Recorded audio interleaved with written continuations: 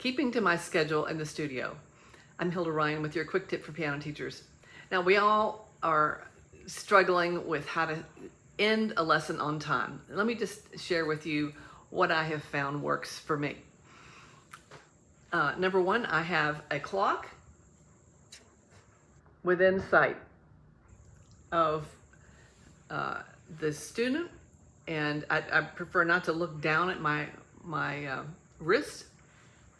And I put the clock purposely somewhere where it's not, if I look at the student and I look over just a little bit, I see the clock. If I have to turn this way away, it's too obvious that I'm looking at the time and I don't want to do that.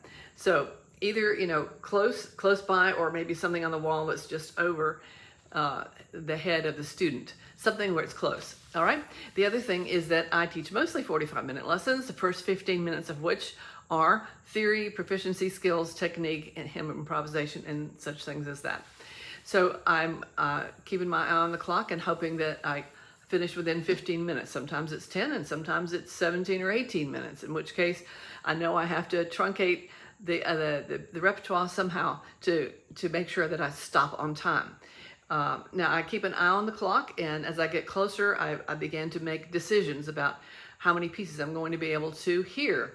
With the younger students, pieces are shorter, and I'm more likely to be able to cover everything every week. But as you know, as students advance, the pieces are longer, and it's really impossible to cover everything every week. And I don't try. If you remember your college piano lessons, you didn't cover everything every week. It's impossible.